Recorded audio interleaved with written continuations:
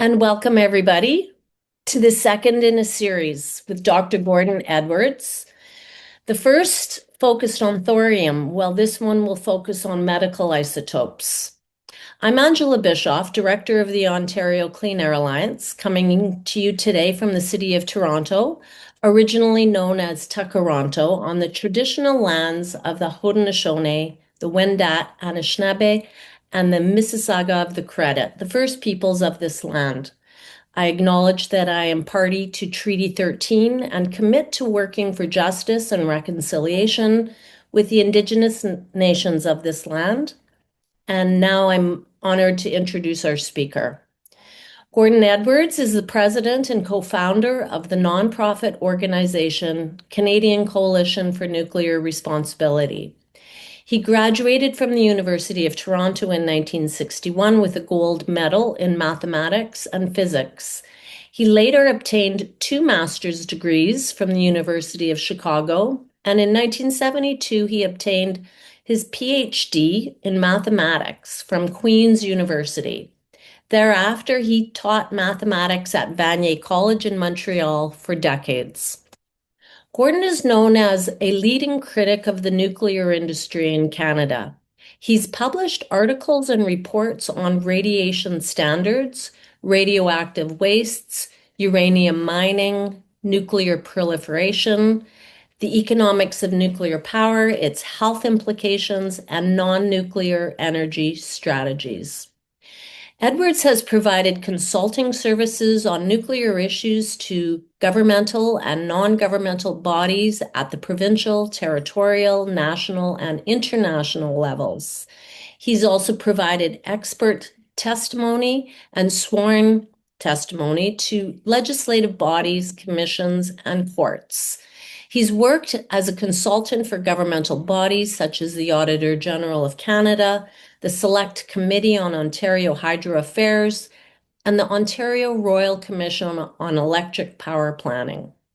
So we're very happy to host you today, Dr. Edwards, as you share with us your research on medical isotopes.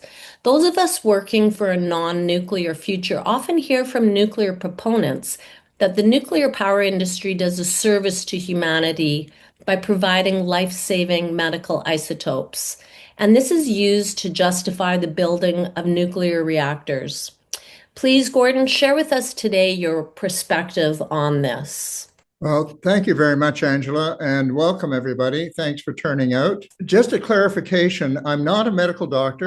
I graduated, as Angela has said, in mathematics and physics.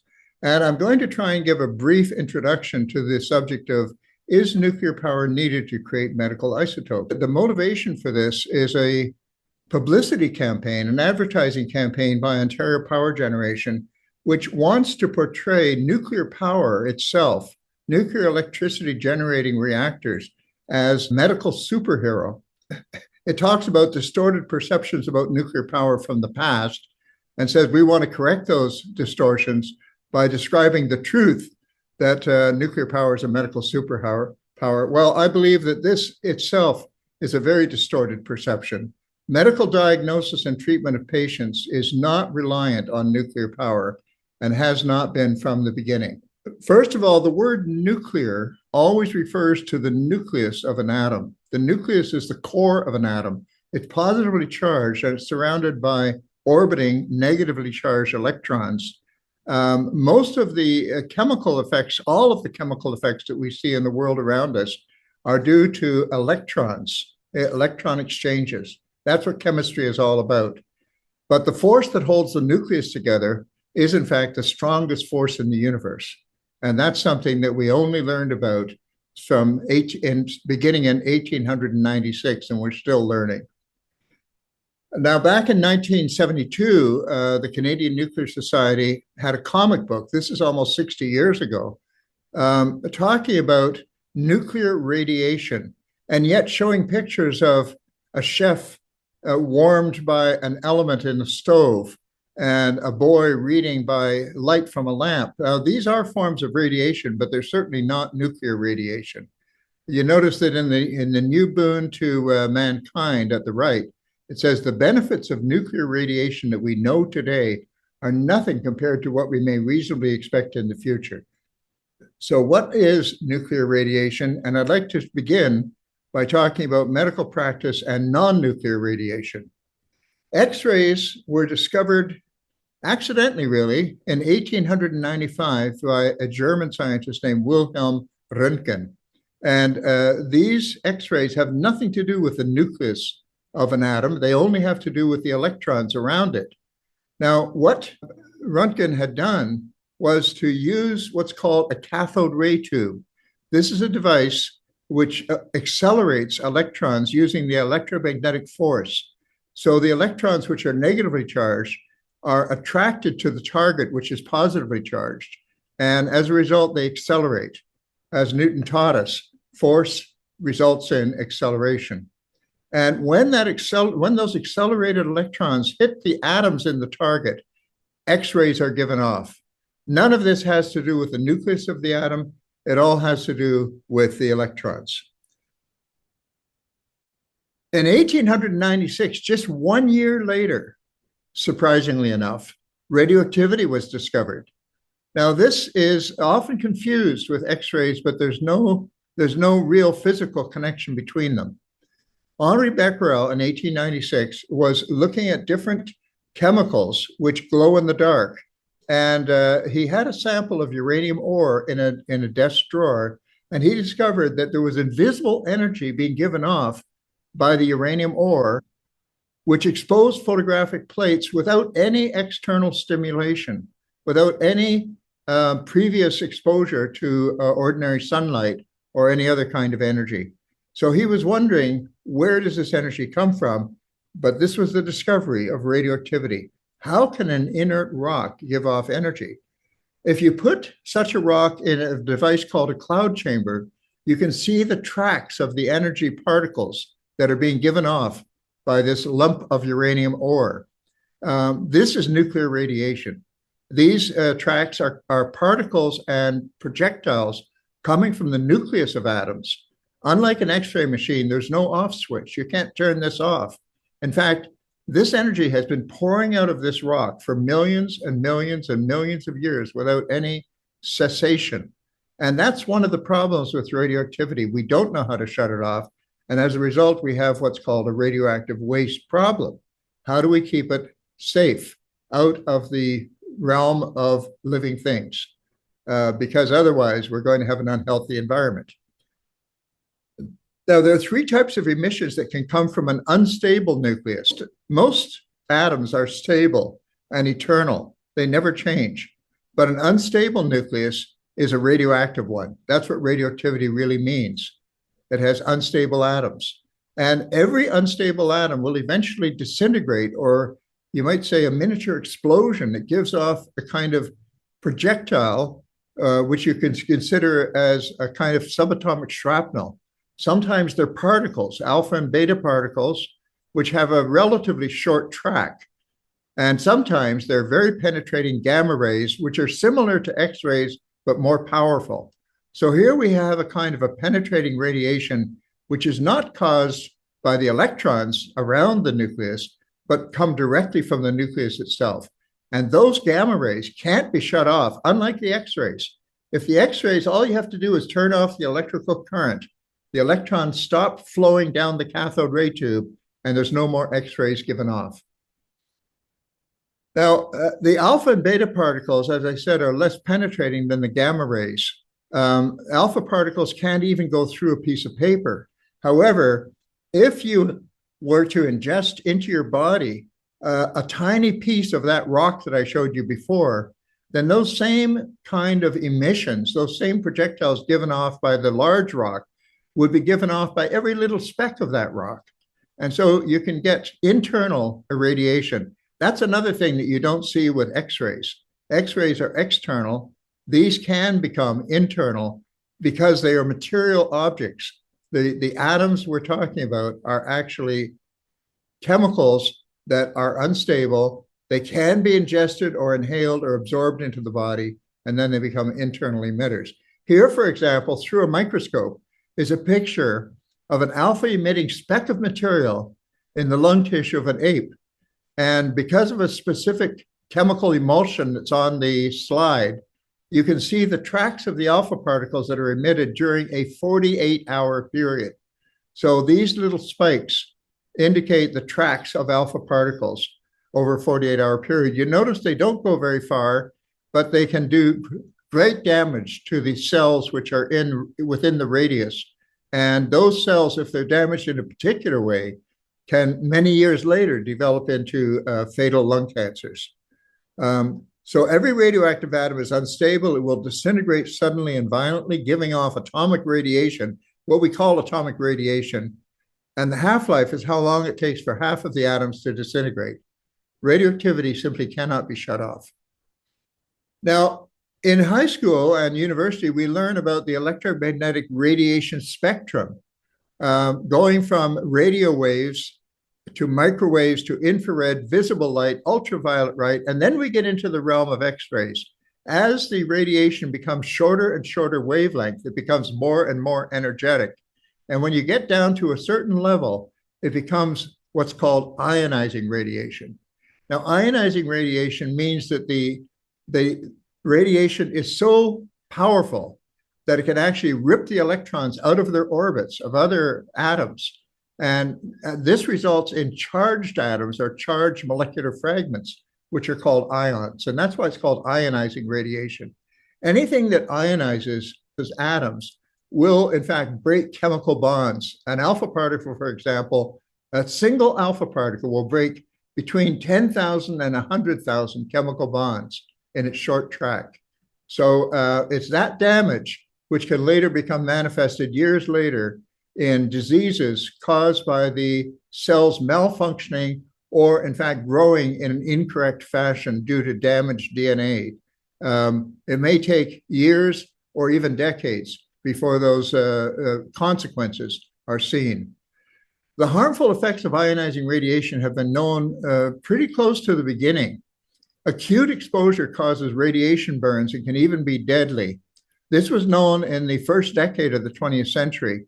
Chronic exposure increases the incidence of cancer, leukemia, genetic damage, strokes, heart attacks, and lowered intelligence. Now, the chronic exposure results of cancer, leukemia, and genetic damage were known long before the first nuclear reactor was ever built. In fact, long before nuclear fission was even discovered in 1939. So these are things which were known about. The strokes and heart attacks and lowered intelligence, these are things we've learned subsequently. So we're still learning about the harmful effects of ionizing radiation. But in the case of cancer, there is a latency period. The onset of disease occurs years or even decades after exposure. In this way, it's similar to cigarette smoking in that you don't see people smoking cigarettes and then falling down dead. It takes years for the diseases to develop as a result of the things that are deposited in the lungs from the smoking. I want to stress the fact that X-rays are not nuclear radiation. They have nothing to do with nuclear power or nuclear reactors. And the greatest medical use of ionizing radiation by far are X-rays in the form of dental X-rays, chest X-rays, mammograms, CT scans, cancer therapy using X-rays or particle beams. These have nothing to do with nuclear power or with nuclear reactors of any kind. And they are by far the greatest use of radiation in the medical field. There's no radioactivity involved. There's no radioactive waste involved. These are strictly individual exposures, which could have individual effects. And they could be harmful effects indeed, but they could also be very beneficial effects. And people are willing to trade the harmful effects for the benefits they can receive, particularly it's of a life-saving benefit. If you're dying from cancer, then prolonging your life by a few years is worth a lot. And if even if the radiation that you get causes cancer, it'll take years for that cancer to develop. Whereas right now you have a cancerous growth inside you. So killing the cancer now is greatly advantageous for you. It extends your life and possibly you won't get cancer at all as a result of that radiation exposure. Not everybody is going to get cancer, just like not everybody dies from lung cancer by smoking cigarettes. It's a greatly increased risk. That's what it is.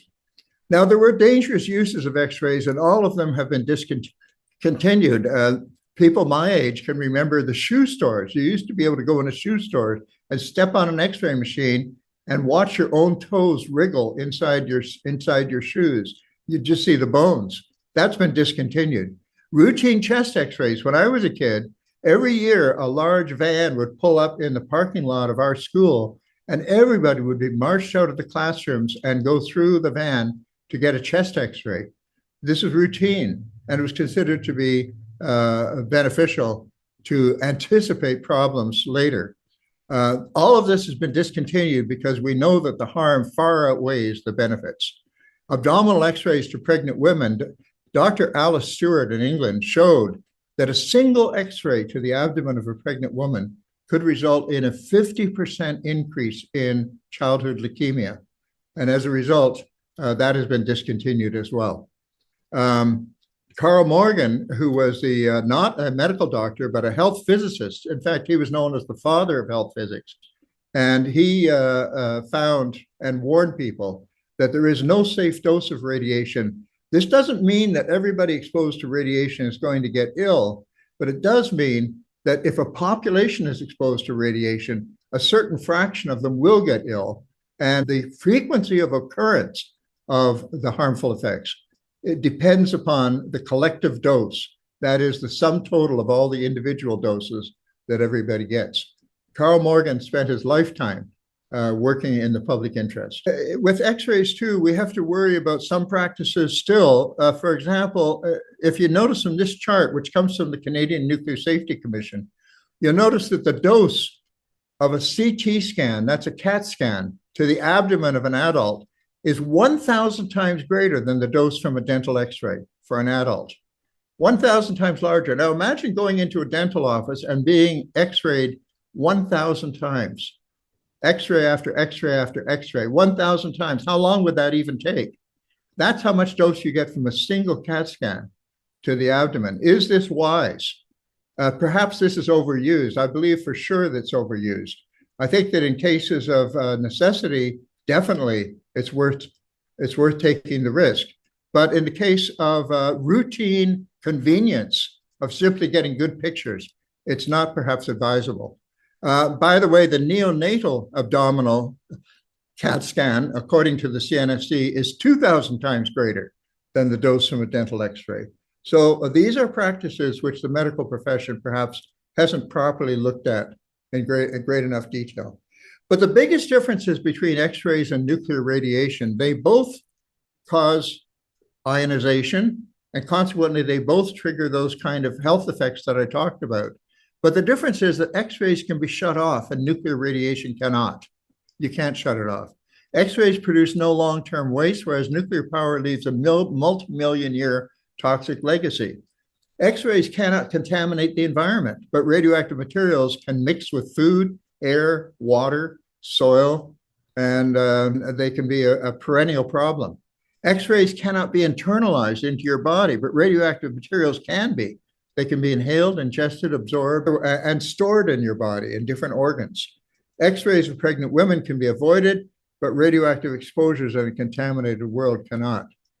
Coming to nuclear radiation now, it began with natural radioactivity. Just 2 years after Becquerel discovered the radioactivity of uranium ore, Marie Curie in Paris discovered other radioactive materials, radium and polonium, which are byproducts of uranium, as well as radon gas, also in the same ore.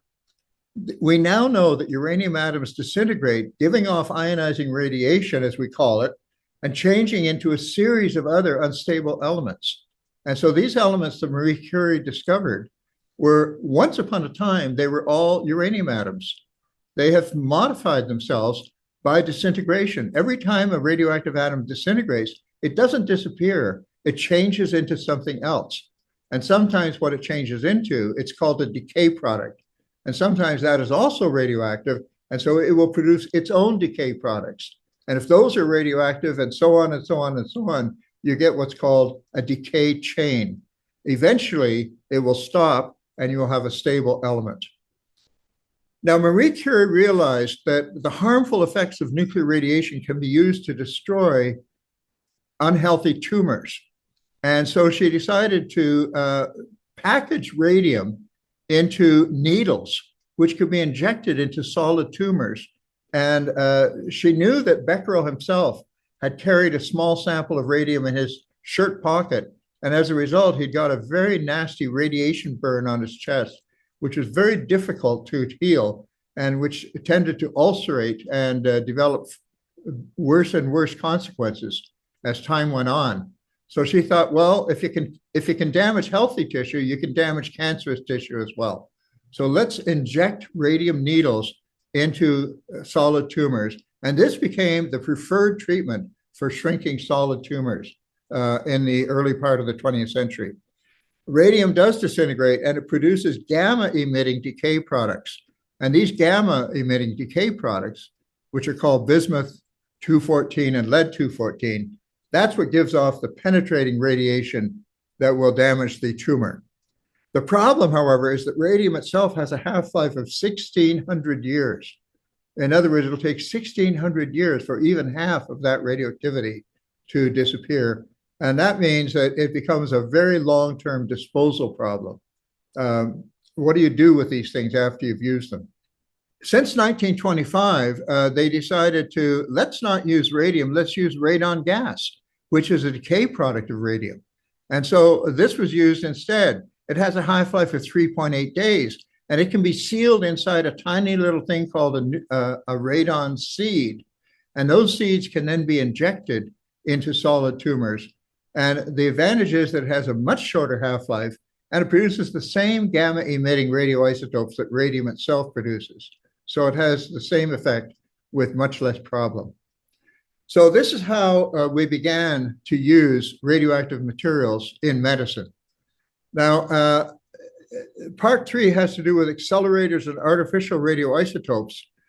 The new possibilities were developed in the 1930s. 1930 and 1932 were the invention of the cyclotron. That's a compact particle accelerator. Unlike the cathode ray tube, which gives a little bit of acceleration down the length of the tube, a cyclotron is a kind of a spiraling device which uses a push after push after push, electromagnetic push after one after another, to make these electrons, protons, and deuterons go faster and faster in a spiral pattern until they finally hit a target. And as a result, you can achieve very high energies. When the accelerated particle collides with the target, it can change the nucleus of the atoms in the target and produce artificial radioactive materials. In 1932, the neutron was discovered. We didn't know it existed before. It was an uncharged particle with the same mass as a proton. And although they cannot be accelerated, they can be generated by means which I could describe if people are interested. Those neutrons are easily absorbed by other atoms because the fact that they have no charge means they're not pushed away or repelled. So this can also change the nucleus of those atoms. The new altered nucleus is called an activation product. In 1934 alone, Enrico Fermi in Rome developed 40 new radioactive materials which had never been seen in nature before as a result of neutron absorption. Once again, this is long before the discovery of fission or long before the first nuclear reactors were ever built. So the use of neutrons to generate radioisotopes was way before nuclear power reactors ever existed. Here, for example, is what happens.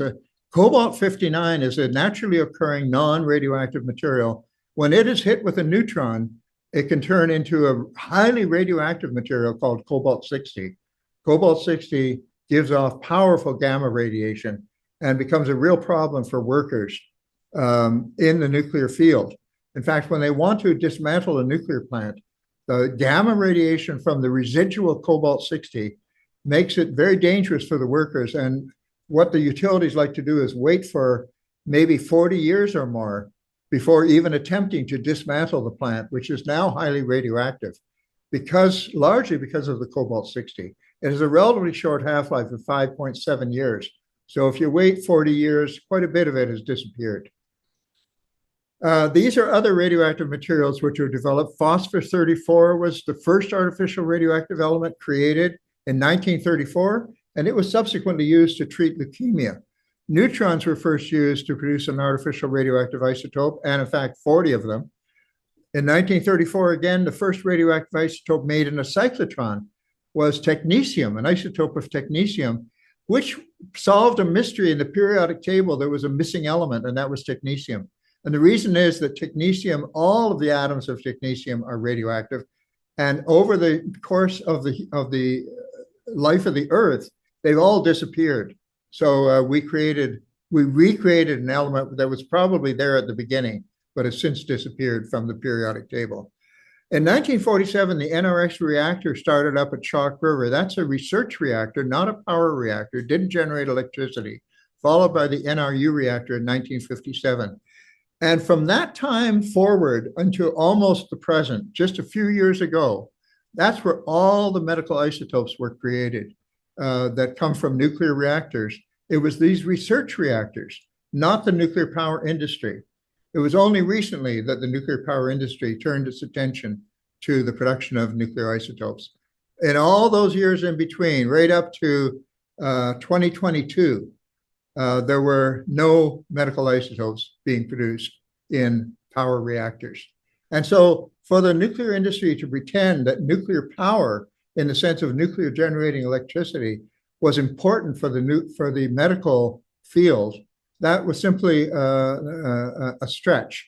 That was in effect a falsehood.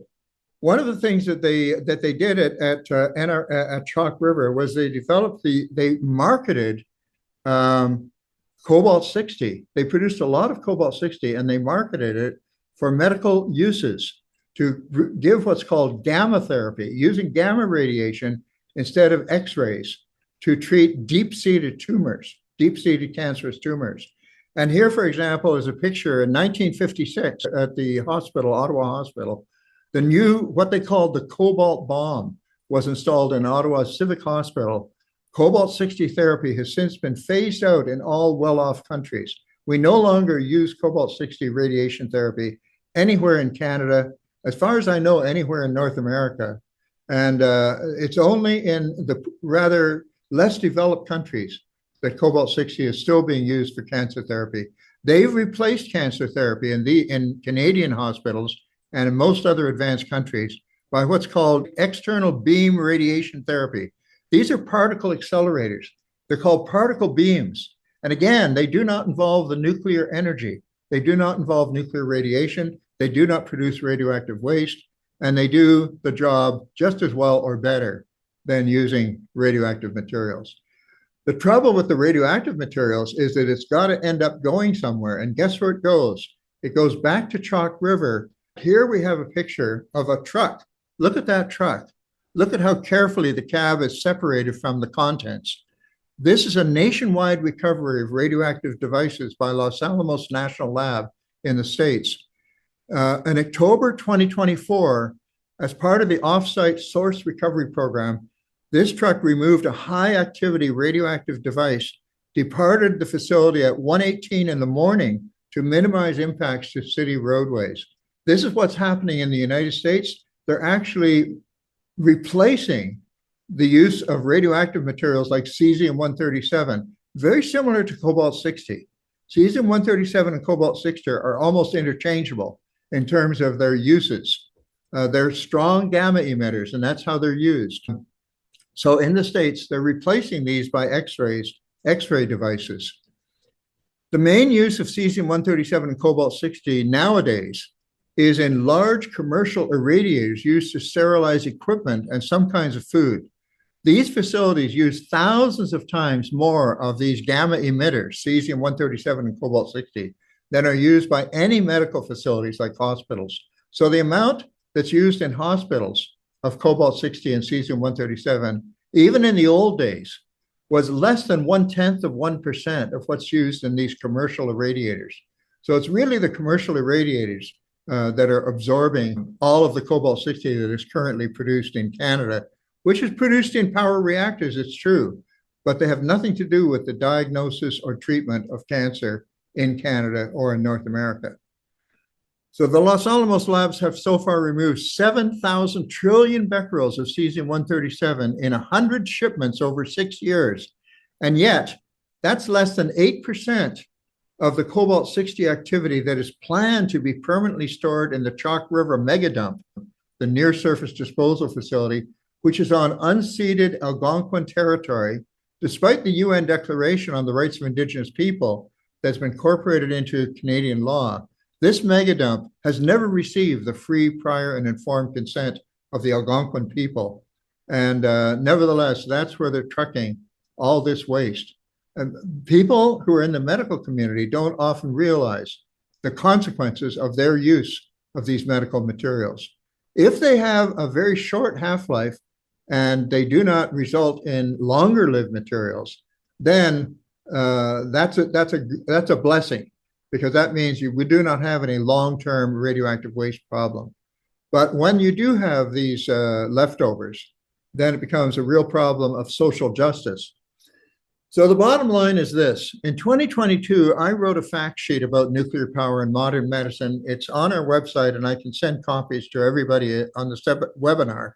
At that time, I observed that no medical isotopes used for diagnosis or treatment were being produced in nuclear power reactors. That was a true statement. All such medical isotopes were produced either by particle accelerators, i.e. for PET scans. These are positron emission tomography. These are very commonly used scans that are used in hospitals. The radioisotopes used there are produced in particle accelerators, not nuclear reactors. But there are other materials which are produced in research reactors in Canada, primarily the NRU reactor and the McMaster University reactor. My fact sheet was intended to debunk the false message from the nuclear power industry that modern medicine would suffer if we were to phase out nuclear power for whatever reason, economic, environmental, social justice, nuclear weapons proliferation, or caring about future generations. But lo and behold, in order to prop up the false image that it has propagated about its superhero status in modern medicine, the nuclear industry started producing medical isotopes in Ontario's power reactors for the very first time in history. So it's only in the last few years, molybdenum-99 from Darlington. In 2024, the Darlington plant started producing molybdenum-99 for medical use, noting that this was the first time that any nuclear power reactor in the world had ever done so. So you can see that this was a false narrative that they were producing this material all along. Previously, the entire world supply of molybdenum-99 was produced by 5 very old research reactors situated on 3 continents, including the NRU reactor at Chalk River before it was retired. Meanwhile, researchers at the University de Sherbrooke in Quebec had developed a simple system to produce molybdenum-99 using a cyclotron without the need for any nuclear reactor at all. It is a less expensive process without radioactive waste and easily adaptable to other climes. So we do have alternatives which are not even being pursued by our government.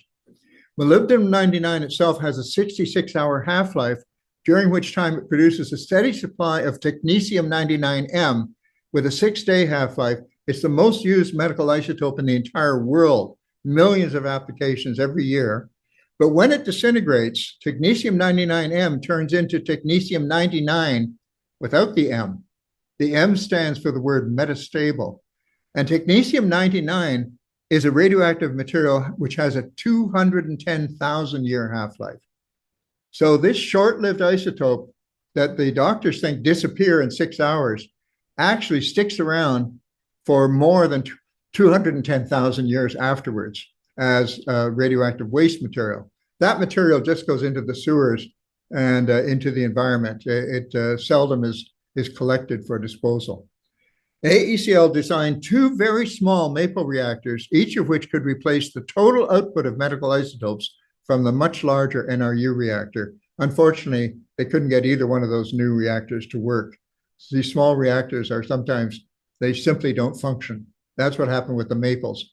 They never worked for a single day of proper operation, and now they're being dismantled. Now, as I mentioned, the molybdenum-99 that is produced has a 66-hour half-life. it produces what's called technetium-99m down the bottom of that slide there, which only has a 6-hour half-life. But when that disintegrates, it turns into technetium-99 with a 210,000-year half-life. So that's the residuum of that entire process. Now, here's what's happening right now. Lutetium-177 from Bruce. Later in 2022, after my medical fact sheet was distributed, Bruce Power became, quote, the first commercial nuclear power reactor in the world to produce lutetium-177, a short-lived medical isotope using a first-of-a-kind. Now, that's called a targeted isotope. That isotope, when it's injected into a human body, it goes to the cancer cells, which are, in the case of prostate cancer that has already metastasized, it goes right to those cancer cells and delivers its dose of beta radiation and a certain amount of gamma radiation as well, directly to the malignant cells with a minimum exposure of the healthy cells. But I want to point out that when this medical isotope was discussed in the medical literature several years ago, I read that literature. There was no mention whatsoever of using power reactors to produce the product. Instead, it was seen as an opportunity for research reactors around the world to join in the effort to produce this isotope.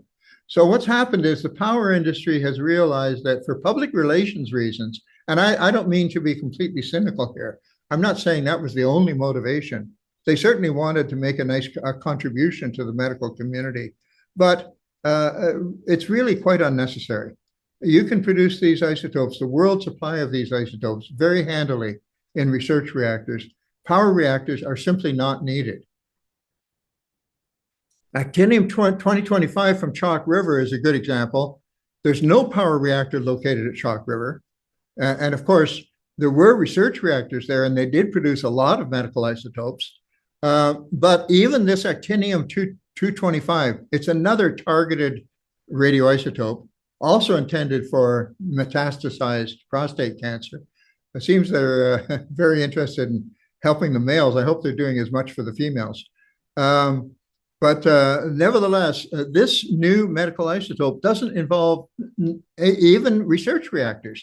It involves radium-226, which is a naturally occurring material that comes from uranium ore, which is bombarded in a cyclotron by protons, accelerated protons, to produce the actinium-225. So in fact, this material has nothing to do with reactors of any kind. So don't be fooled into thinking that just because certain arms of the nuclear enterprise produce radioisotopes which are used in medicine, that therefore nuclear power itself is essential for modern medicine. It's simply not true. I think it's a falsehood. And I think it's about time that we blew the whistle on it and said, hey, let's be honest. Thank you. Thank you so much, Gordon. There is a lot of information there. And I noticed that in the chat bar, people were asking for the slides and the recording and the fact sheet. And rest assured, we will send all of this out to you in the next few days. With a link to the recording that you can share with others. So thank you, Gordon.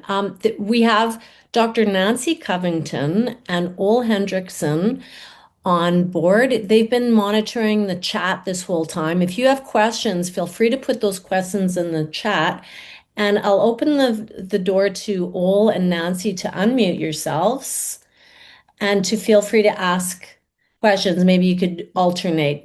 Ole, are you ready to go first? I can go. Yeah, I'll start. Gordon, you mentioned that Darlington started producing molybdenum-99, and people would like to know, is there consideration that the Point Lepreau reactor in New Brunswick would be producing medical isotopes? Yes, I've heard that. Lately, it has been pointed out in New Brunswick that the Point Lepreau reactor may consider also producing molybdenum-99 in their plant. The New Brunswick plant, Point Lepreau, has been having a great deal of problems. In fact, there have been a couple of articles appeared recently in New Brunswick about how badly it has performed despite the fact that they had a multi-billion-dollar renovation called refurbishment of the plant, it's been shut down for many months since it was supposed to have been renewed, you might say. And I believe that this is also a part and parcel of the struggle that the nuclear industry has to defend itself, because they have been under a lot of pressure economically. The trouble is that their competitors are 5 times cheaper, or more than 5 times cheaper. And I'm talking here about solar energy with storage and wind energy with storage. And so I think that they feel compelled to try and improve their image as much as possible. And getting into the production of medical isotopes is a way of perpetuating this idea that we need nuclear power just to keep modern medicine alive, which is quite a stretch, as I pointed out. And it really is a question whether there is enough of a market for both of them, because they will be competing with Ontario Power Generation. It's tough to compete with OPG. They have, after all, far more reactors than the Pro has. The Pro has only 1 reactor. OPG has 18. So there's a question here from Lori Johnston. What about X-ray machines that are taken into hospital rooms? Even when the machine is off, has it not impacted the environment in some way? Well, every bit of technology impacts the environment in some way, I'm sure. However, X-ray machines are completely harmless when they're turned off. There's no radioactive waste produced. There's no radioactive emissions. There's no X-rays emitted from an X-ray machine at all. So once it's off, it's perfectly safe. Now, that's not to talk about the materials that go into building it, or the materials that have to be dealt with after it's finished its useful lifetime. But it has absolutely no radioactive after effects. Gordon, could you comment on that quote unquote medical isotope panic that resulted a number of years ago when one of the Chalk River reactors was shut down? Yeah, that's quite a long, convoluted story, but there was a scandalous situation when the president, the female president, Linda Keane, the Canadian Nuclear Safety Committee, and she was fired because a problem that Atomic Energy of Canada Limited had with their NRU reactor. I've mentioned the NRU reactor. NRU stands for Natural Research Universal. And it's a research reactor, a large, very versatile research reactor that produced many types of medical isotopes, including technetium-99, the molybdenum-99, which is the precursor for technetium-99M. Now, the government of Canada was falsely informed that lives would be lost because of shutting down the NRU reactor. The NRU reactor was shut down because they failed to abide by their license. They failed to provide emergency backup electricity in case of an accident. And as a result, they shut down the reactor, and that stopped the production of molybdenum-99 for a certain period of time. The government was panicked by people who told them that lives would be lost. I myself testified in Ottawa at a House of Commons committee where there was a medical doctor from British Columbia who said, that's poppycock. No lives are going to be lost because of a lack of technetium-99M. It's not a therapeutic radioisotope. It's only used for diagnosis. The only purpose of technetium-99M is to diagnose problems that can be dealt with by other means. So nobody is going to lose their life as a result of not having it. So Linda Keane was fired for no good reason. And that sent also a signal to the licensing agency that the government of Canada does not look kindly on a regulatory agency that actually enforces its regulations, because it was by enforcing the regulations that Atomic Energy of Canada Limited had not only agreed to 2 years earlier, but had testified repeatedly that they had done the work. And it turns out that Linda Keane discovered 2 years after the licensing arrangement had been made, she discovered that she had been lied to, and the commission had been lied to, that in fact they had not done the work they should have done. There's a question here from Anne Lindsay. Just to be clear, some isotopes need to be produced in research reactors. At the moment, that's true. Now, it was thought originally that molybdenum-99, Chalk River produced molybdenum-99 in a very dangerous way. What they did was they used highly enriched weapons-grade uranium targets. This stuff is very, very dangerous, and it should not be spread around at all. Shouldn't be available for civilian purposes. In fact, the US government tried to stop shipments of weapons-grade uranium to Canada for years, which was used at Chalk River to produce molybdenum-99. Now, the way they produced it was by irradiating the uranium in the reactor and then dissolving the highly radioactive target material in boiling nitric acid, chemically separating the molybdenum-99, leaving behind a witch's brew of liquid high-level radioactive waste, which are very difficult to deal with, and which later had to be shipped down to the United States under armed guard for a period of 4 years in about 200 shipments. And that's the leftovers from that particular method of producing molybdenum-99. Now in Darlington, they're using a much cleaner process. They're not using reprocessing. They're not dissolving the spent fuel or the spent targets in boiling nitric acid. They're simply irradiating a non-radioactive type of molybdenum called molybdenum-98. And when it absorbs a neutron, it turns into molybdenum-99. And this is a much cleaner procedure.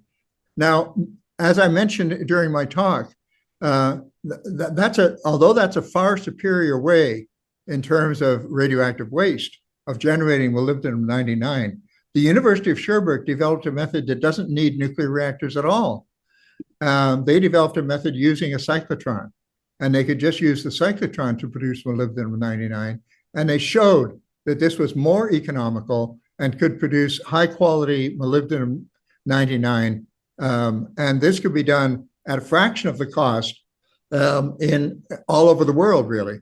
So I believe that when we put our minds to it, we will find alternatives for these present day isotopes that are produced only in nuclear reactors. I think in future we'll learn how to produce them otherwise. So I believe that with ingenuity, we can simply do away with nuclear reactors altogether for that purpose. And that would be a much more preferable approach. I'll give you just one more example. We have about 200 medical irradiators around the world. These are these huge commercial irradiators used to sterilize equipment. Each one of these irradiators has thousands of times more radioactivity in its interior than any hospital anywhere in the world. And it's cobalt-60 that's usually used, or cesium-137. Now, those irradiators are now being produced with what are called particle beam irradiators, which, like X-rays, do not produce any radioactive waste. And when they're shut off, they're completely harmless. And so there are now close to 100 particle beam commercial irradiators that are replacing the use of the radioactive material. I think that this is what society should be aiming for. Society should be aiming to replace these long-lived waste-producing procedures with non-waste producing procedures when possible.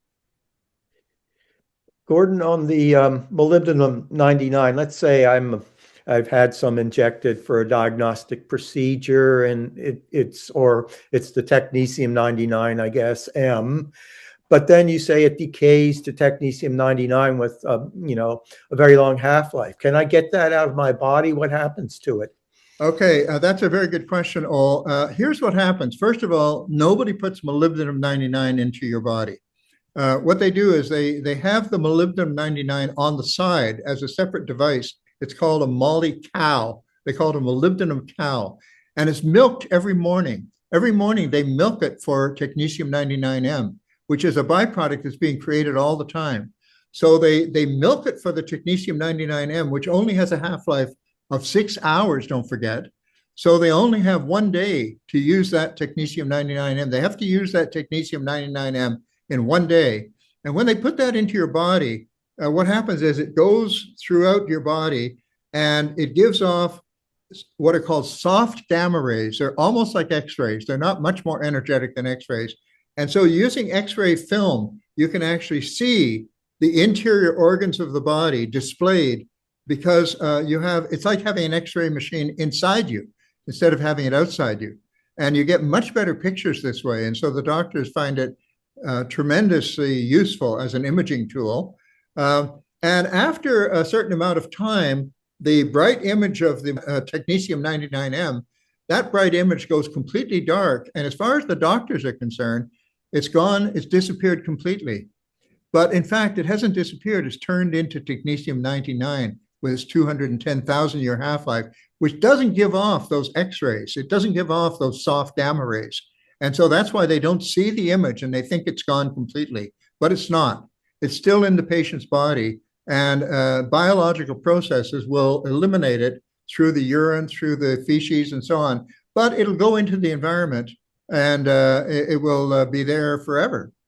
In human terms, forever. I mean, 210,000 years. The pyramids of Egypt are only 5,000 years old. And by the way, technetium-99, which was never found in nature before nuclear fission was invented. Technetium was an element that was completely missing from the periodic table. So we have very little experience as to what its long-term effects might be, because nature has never had to cope with it before. So we don't really know what the long-term effects are going to be, but it's considered to be one of the most problematic isotopes from high-level radioactive waste disposal. When they dispose deep underground, the plan is to bury deep underground high-level radioactive waste, spent nuclear fuel. One of the greatest concerns is, what do we do about the technetium-99? When that comes back to the environment, how do we protect people from the radioactivity? Well, we're right now spreading technetium-99 into the environment without even knowing it. Now, here is a question about the nuclear laundry industry called Kinetics, located in Teeswater.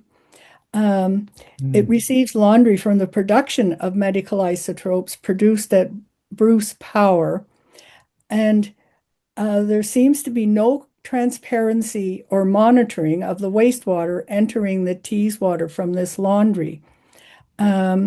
Does anyone have advice about how to put pressure on Kinetics to inform the public in water reports? The wastewater ought to be tracked through time. Well, that's actually a very astute question, I have to say. I have actually seen where that plant is. It's right in beautiful farmland, which is very close to all kinds of livestock and all kinds of crops that are being grown in that area. The problem is with radioactive laundry, when you have a laundry for radioactively contaminated clothes, I have been told by my good friend Robert Del Tredici, who visited the weapons factories down in the States, paid for by the Department of Energy, to photograph and record environmental problems at nuclear weapons facilities. The laundry is one of the most dangerous places for people to work, because all of the contamination goes onto the clothing, the protective clothing. And when that protective clothing is laundered, it's the workers in the laundry who get the greatest exposure to that. The people wearing the protective clothing are taught to take off the protective clothing in such a way that they do not touch themselves, so they do not spread the contamination to their bodies, because that's very dangerous stuff. And when you add it up for thousands and thousands and thousands of pieces of equipment, pieces of clothing that have to be laundered, it's a lot. And so I believe that it's a real failing of the Canadian Nuclear Safety Commission that they don't have a very careful monitoring, not only of the exposures of the workers in the laundry, but also of the effluent from that facility. So I believe that's a very astute comment, and I think it's a failing of our regulatory system. Oh, by the way, one of the things that you find in this material, and one of the things that they may produce there even, is iodine-129, which has a 17 million year half-life. But iodine has a particular affinity for cow's milk. Iodine goes into the cow's milk, and it concentrates in the cow's milk by factors of 1,000. In other words, if you have iodine in the environment, it'll be 1,000 times greater in the cow's milk. And when children drink that milk, it'll be concentrated by a further factor of 7 to 10. So it'll end up being about 10,000 times greater in the child's thyroid gland than it is in the environment in concentration terms. And it causes cancer, it causes thyroid malfunctions, including cancer, but also other malfunctions as well. So these are not materials that should be dealt with lightly. Iodine 129 is also another material like the technetium 99 that I talked about. It's another material which is a major concern for long-term radioactive waste disposal of high-level radioactive waste. The things that get to the surface most easily are things like iodine 129 and technetium 99 and cesium 135, which has a 3.5 million year half-life. These things travel much more easily through the environment than other parts of the radioactive waste inventory. So yeah, it's a problem. There's a lot of dairy products, by the way, in that region. Dairy products. In fact, there's a major ice cream producer that sells ice cream right across Ontario. And any radioactive contamination that gets into the cows is going to end up in the ice cream as well.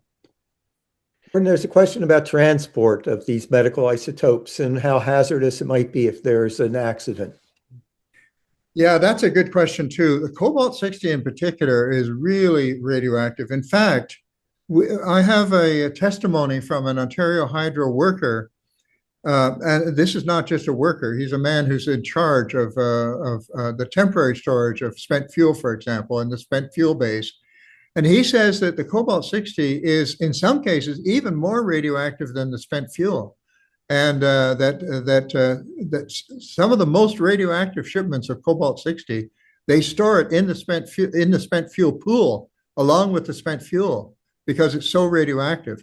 Now, the good thing is that since it has a 5.7-year half-life, it's going to diminish in radioactivity very rapidly. And so, it won't stay that radioactive for a long, long period of time. Nevertheless, they want to put that stuff into basically a landfill operation at Chalk River. And I think it's criminal. They're trying to pretend that cobalt-60 is low-level radioactive waste. And there's no way on earth that any reasonable person could consider that low-level radioactive waste. But yes, when they ship cobalt-60 and other gamma-emitting materials on public roads and on public aircraft, I was once called by workers at the Montreal airport because they have to handle these packages, and they often have radiation measuring equipment, and when they get a package which is leaking, the radioactive measurements go off the scale, but they have to actually pick it up by hand and carry it to another location to verify that there is leakage. So what about the exposure they're getting? There is a real problem here. There's sometimes people sitting on aircraft don't realize that right underneath their seat, there may be radioactive cargo in the hold of the airplane, which is irradiating them without their knowledge. So it is a problem, and it is not, as always, when you have a lot of traffic going on, the traffic always seems to outrun the regulation. The enforcement is never up to the speed of the traffic that is happening. And so to keep track of all these packages that are being transported all the time is very, very difficult. But transportation is a major concern, should be a major concern. And one of my worries is that there's inadequate regulation and or notification of or emergency procedures accompanying these packages. For instance, when in the case of, I mentioned to you the liquid high-level radioactive waste from Chalk River that was produced by their particular kind of molybdenum 99 production.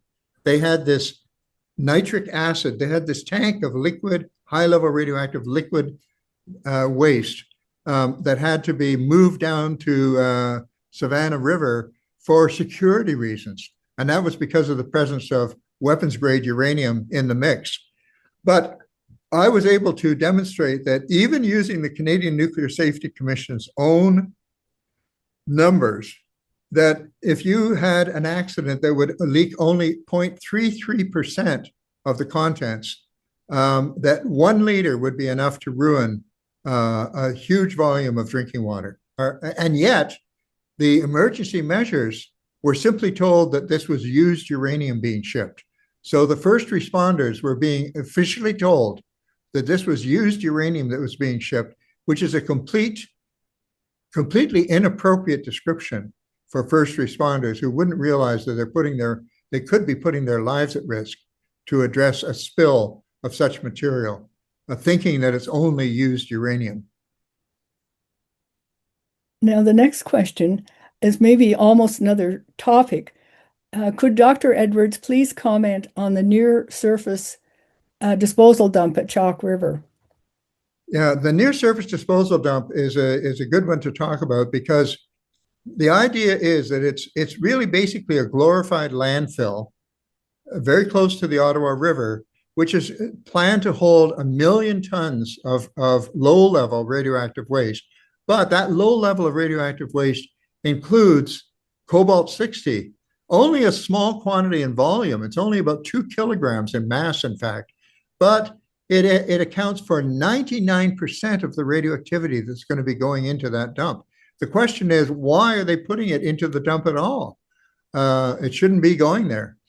Moreover, if you look at the radioactive inventory, which is published by the American-led Canadian Nuclear Canadian Nuclear Laboratories, this is a private consortium of multinational companies that are running, they're working as contractors to Atomic Energy of Canada Limited. They're the ones who are doing all of the licensing and all of the work and all of the analysis associated with that dump. It turns out that almost 2/3 of the 31 radionuclides listed have half-lives of more than 100,000 years. And yet the dump itself has a lifetime of only 500 years. So you tell me, how can you have a dump that is supposed to last for 500 years, storing radioactive waste, which doesn't diminish by half until after 100,000 years? So it seems to me to be completely irresponsible, and it flies in the face of international advice from the International Atomic Energy Agency. The International Atomic Energy Agency has its faults. I'm not a great fan of the IAEA, as it turns out. Nevertheless, they do have some good suggestions. And one of their suggestions is that this kind of facility, a kind of a landfill operation, should only be used for very low-level waste. And very low-level waste means large volumes of contaminated soil where you just can't extract the radioactive materials out of the soil. And therefore, and provided it is at sufficiently low concentration, you can then store that in a kind of a landfill operation. It doesn't mean you should abandon it. You should keep an eye on it constantly, because it poses a constant threat.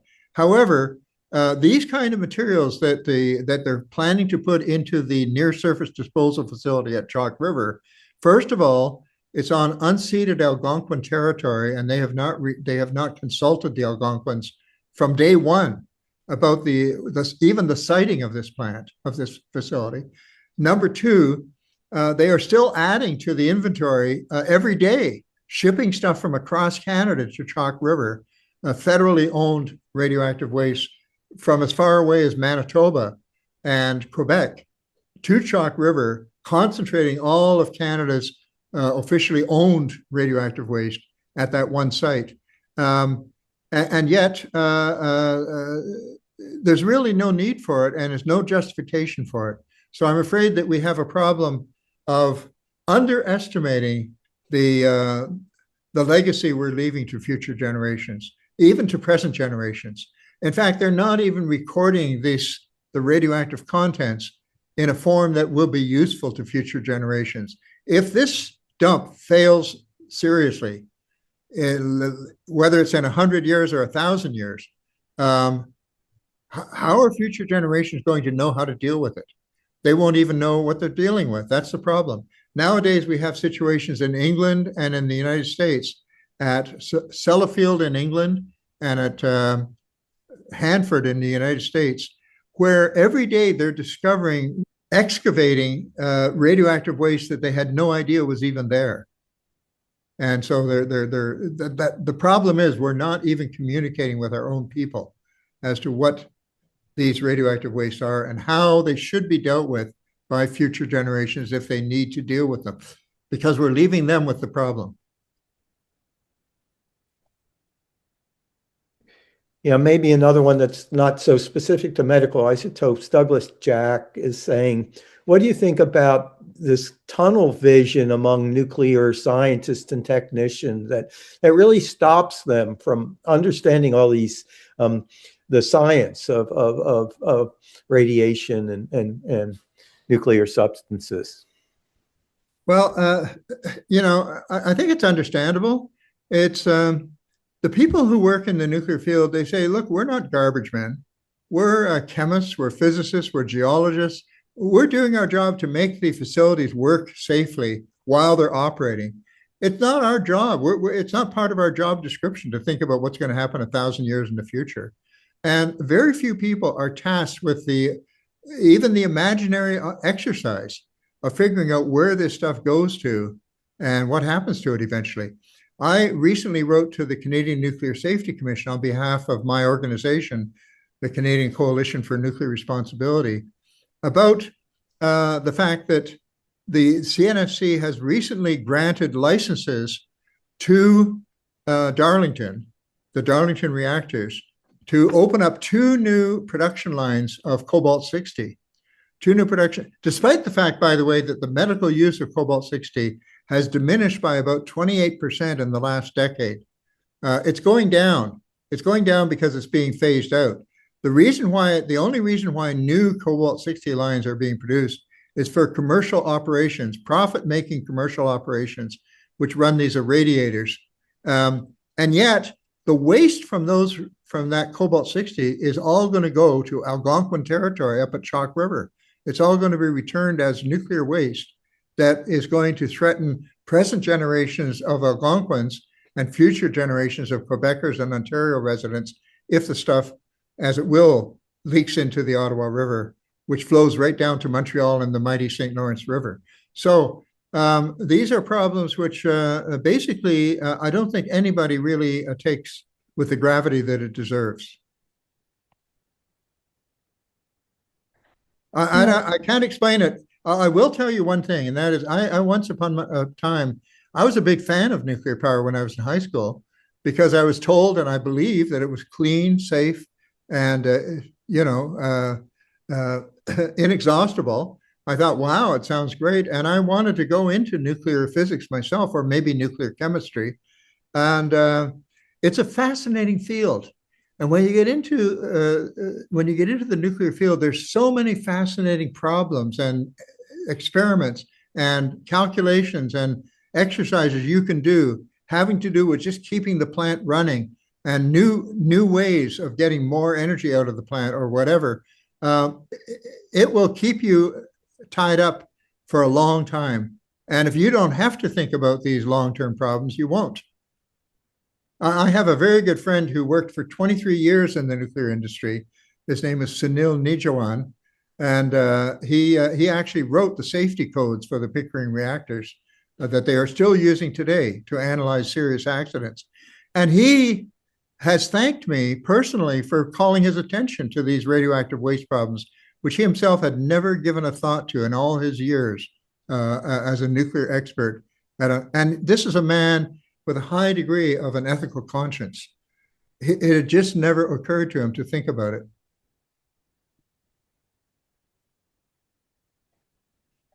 Now, the next question we have here is really more kind of a medical related question about medical isotopes and the incidence of secondary or subsequent cancers as a result of their irradiation of healthy cells along the path. Has this been studied? And I'll just start putting my own comment here and then over to Gordon. Certainly, it's been known for a long time about X-rays. Well, we learned about the X-rays during pregnancy and leukemia in children. But recently, there have been studies about children who've had concussions having CT scans. And yes, they do have more brain cancers. And as a consequence of that study, physicians are now very much more careful about when to order a CT scan, which can, in some cases, be life-saving. But in terms of medical isotopes themselves, um, I'm not aware of actual studies. Yes, that's a good question, and I think it's something that the medical profession has not really addressed in any systematic way. Now, Carl Morgan, I showed you a picture of Carl Morgan in my slideshow. He was called the father of health physics, and he told me the story. He told my friend Robert Del Tredici when he interviewed him and photographed him. That was a photo by my friend Bob. He said that he was asked right after the Second World War, after the bombing of Hiroshima and Nagasaki, and when they were doing atmospheric testing down in Nevada, they were exploding bombs down in Nevada, and he was called into his superior's office, and he was told that he was going to head up at Los Alamos the health physics division. And he said, "Oh, you got the wrong guy. I never even heard of health physics." And they said, "Oh no, it's okay. We just made it up. It's not a real thing. We're just creating this field right now. And we're doing it because we want physicists to be in charge of studying the radiation effects. We don't want to have too many medical doctors or biomedical people. They tend to be very pesky. And so we'd rather have the physicists take charge of that. And as a result, the health physics profession was created from nothing and has now grown, and they have health physicists everywhere in nuclear power plants. You'll notice there are very few biomedical personnel in nuclear power plants, very few. They're mostly hard science people, engineers, chemists, statisticians perhaps, but not biomedical people. And even in the Canadian Nuclear Safety Commission, whose principal obligation is to protect the public health and safety and the environmental health and safety, they do not have a health division. So they do not have health scientists per se either in the Canadian Nuclear Safety Commission. This is, I think, a major failing. And in fact, when I was hired as a consultant by the Auditor General's office here in Canada for a comprehensive audit of the Atomic Energy Control Board, one of my recommendations was that they create a health department and that they people it with independent biomedical scientists who are not connected in any other way with the nuclear industry, so that they could give independent health advice to the regulators. Unfortunately, they don't do that, and you will notice if you look at the transcripts of CNSC hearings, you'll notice that they very seldom talk directly about any health effects at all. The word never crosses their lips. They never mention the word cancer, for example. And so it's all kind of a regulatory game of checking the boxes and making sure the numbers that are laid down as guidelines should be met, even though the International Commission on Radiological Protection says that those numbers, the so-called standards of regulatory standards of permissible exposure, those should not be regarded as acceptable, that you should keep all doses as low as reasonably achievable, because that's not, just because it's a regulatory dose doesn't mean it's a safe dose. And we know that there's probably no safe dose of radiation, as Carl Morgan was always fond of emphasizing, because all of our statistical studies, whenever we've been able to look at low dose exposures, we found that we still have effects at very low doses. Recently, there was a report that even Ontario Hydro's Ontario Power Generation's nuclear workers were suffering from an increase in cancer, despite the fact that none of them had been overexposed to radiation. Well, thank you, Gordon. On behalf of everybody in the chat bar, so much praise and appreciation. We're all thanking you, Gordon, for your expertise and for sharing your time with us. Well, I'd like to thank everybody for giving me the opportunity to do this. I'm a teacher by profession, and what good is knowledge if you can't share it, eh? And I really appreciate the opportunity to share this knowledge. It's not easy stuff, and you have to be motivated to sit down and think about it even. Um, but I'm very grateful that people are taking the time and trouble out of their busy lives to really spend some time just thinking about this. And I think collectively, we can work towards a better future. Well, that says it all. Here we are all working for a better future, a non-nuclear future, and we'll be in touch with you. Thank you all for your efforts to move Canada and the world toward a non-nuclear renewable future. We'll be in touch. All the best, everybody. Hi, all.